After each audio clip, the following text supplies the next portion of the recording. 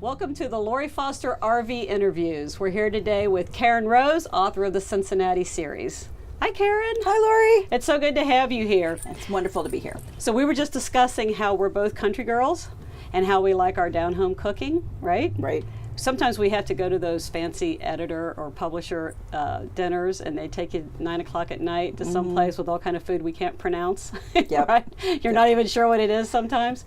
You eat it on faith. Yeah, right, and hope for the best. So what's some of your favorite comfort food? Like when you're writing, are there certain things you like to eat, or you know how that goes? Well, I wish I brought it with me because I love meatloaf. And meatloaf is my too. comfort food. But when my husband and I, I'm a bad cook. My husband's a very good cook. Okay. When we were first married, I would make meatloaf once a week because it was home food. It's what I knew how to make, but apparently not well.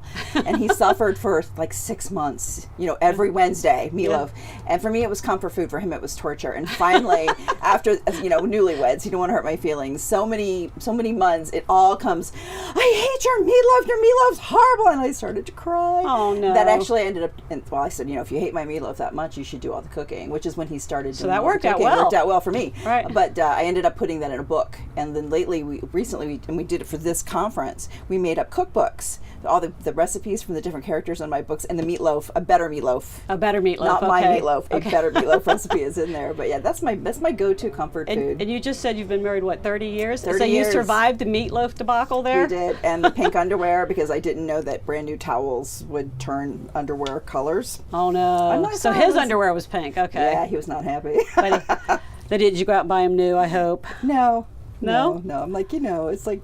It shouldn't be that big a deal. Who's going to see hide them but me? Nobody should be seeing them anyway, right? Yeah. Yeah, and he didn't have anything to say to that. So there you go. Yeah. Right.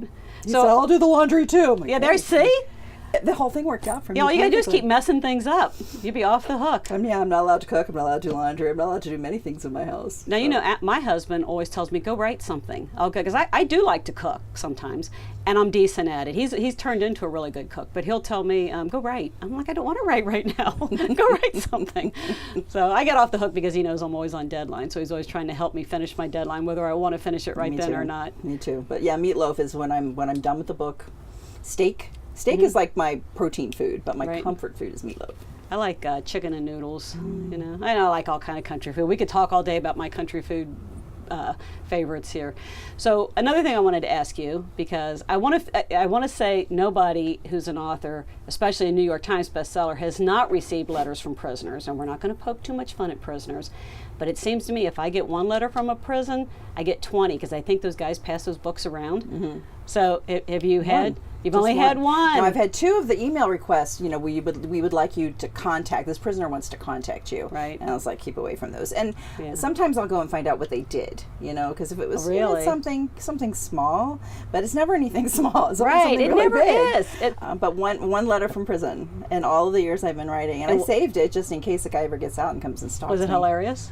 He wanted me to. He just wanted to be my friend. Oh, so that's kind of sweet. Yeah, it was very sweet, and it wasn't threatening at all. But my books tend to have a high body count, a lot of murder, and I think they keep those out of the prison. Would be my guess. Oh, okay, right. Yeah, they probably don't want to provoke them. Yeah, I don't know what that says about my books, or though. anything like that. Well, yeah, you got all the fighting and stuff too. Yeah, I don't know.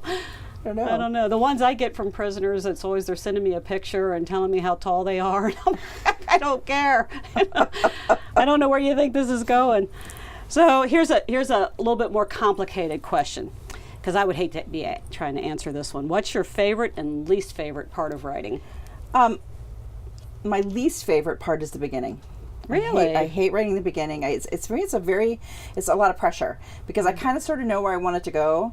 But you're not there yet. I'm not there, and if I start on the wrong foot, I'm always afraid, there's like 20 different doors. If I pick the wrong one, I'm going to have to trash it and come back and start all over again. Oh, yeah, painful. And it's just, and you've written a lot more books than I have, but, 18 books later, and I'm still afraid of that blank page. Yeah. So I've gotten a method to get myself into it now. Really? To kind of ease. I start out with, I do a character profile page, and then I start out saying what I think the story is going to be about, and before I know it, I'm telling the story. Right. Oh, that's a good idea. I just kind of sneak my way in. But the part I like the best is the middle.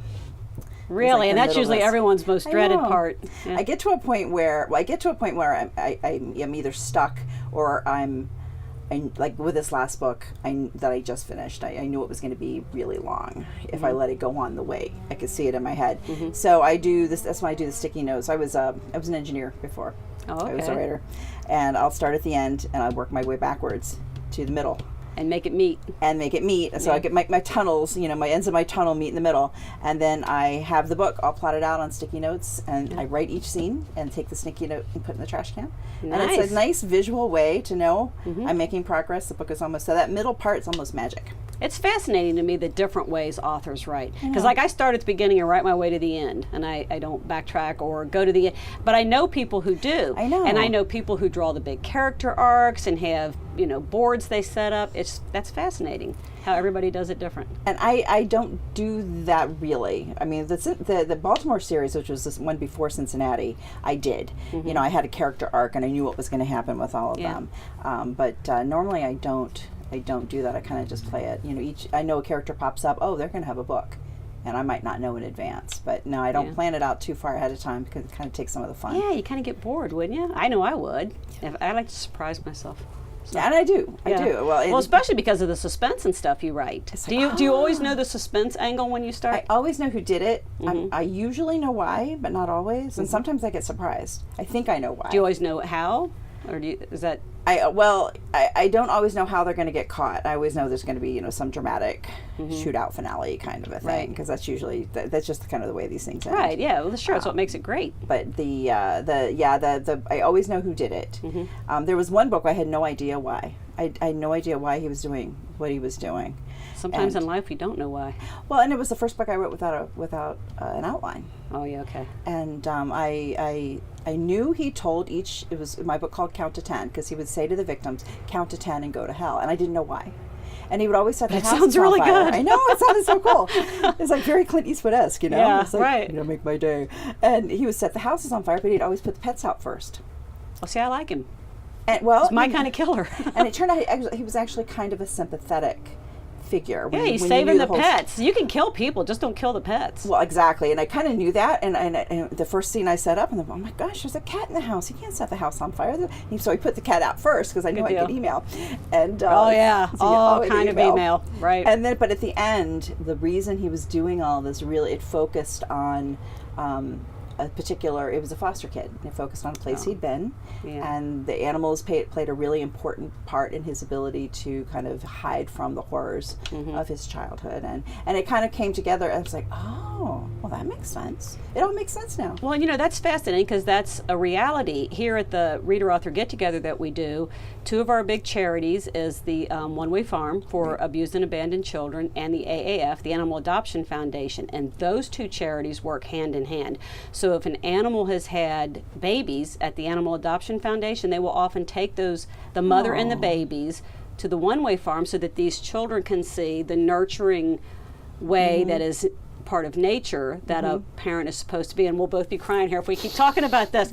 But isn't that wonderful that really you can is. Use these animals that don't have a home and these children that don't understand what a home should be and put them together. Exactly. That's wonderful. Well, I like that your bad guy saved the animals. Yeah, and that's actually ends up how the police, and it was instrumental in the police finding him. So it worked out. Because he kind of left a trail behind him because of some of the work he had done with animals. But when we first moved, we lived in Cincinnati from probably we'd been 2 weeks married, maybe 3 weeks married, until year 2000. So we were here for 14 years.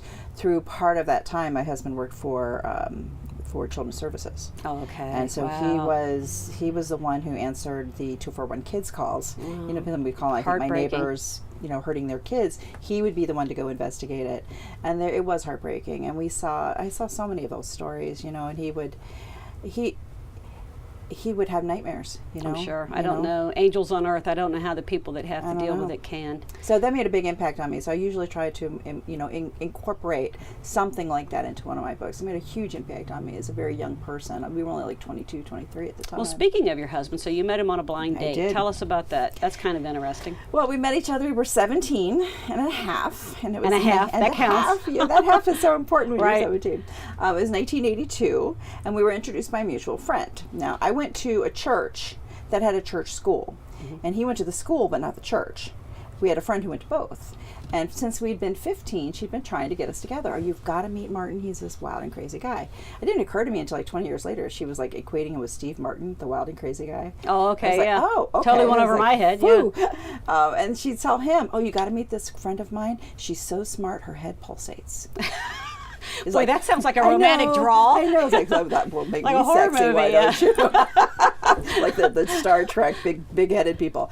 So we actually avoided each other for 2 years. Well, yeah, I thought your head was pulsating. That's why he avoided you. I know. Well, my friend was the kind who was not happy unless everybody had boyfriends. And I'm Right. like, I can find my own boyfriend. Well, I really couldn't, obviously, because she found this one for me.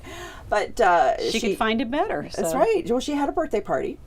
And she said, you're going to come. You're my best friend. And I said, well, you going to be there? Because, I was on to her by this point. She goes, yeah, but lots of people, from church will be there, no worries. Same thing to him. Lots of people from school, no worries. He saw her passing out invitations. Mm-hmm.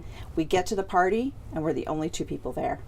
She had uninvited everyone. That sly dog. I know. And I was so mad. I was furious. But we hit it off.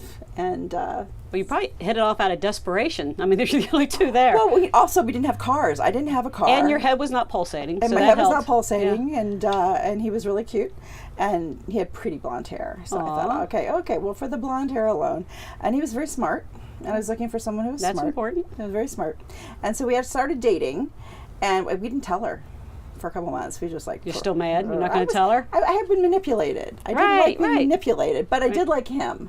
So by the time we ended up at our wedding, we were all friends again, and she was my maid of honor, and then I turned out to be, I was her matron of honor. Oh, nice. A couple years later, and we've known each other all this time. So we're everybody still friends. kissed and made up. Yep. That's wonderful. Yep. We've been the 4 of us, her husband and the You're 2 a of team. us. Yep, we've been best friends for all those years. So it sounds like all that goes into the book somehow. Somehow, yeah. Yeah, somehow. one way or another. Well, her husband is an emergency room doctor, so he helps me with all my murders. Sure, or if someone's poisons. wounded, shots, poisoning, yeah, everything. That's right. That's right. We all He's need those actually kind had of a couple contacts. requests. Yeah. He said, "Could I have an impaling? You want a what?" Yeah. So I think I can do that for you.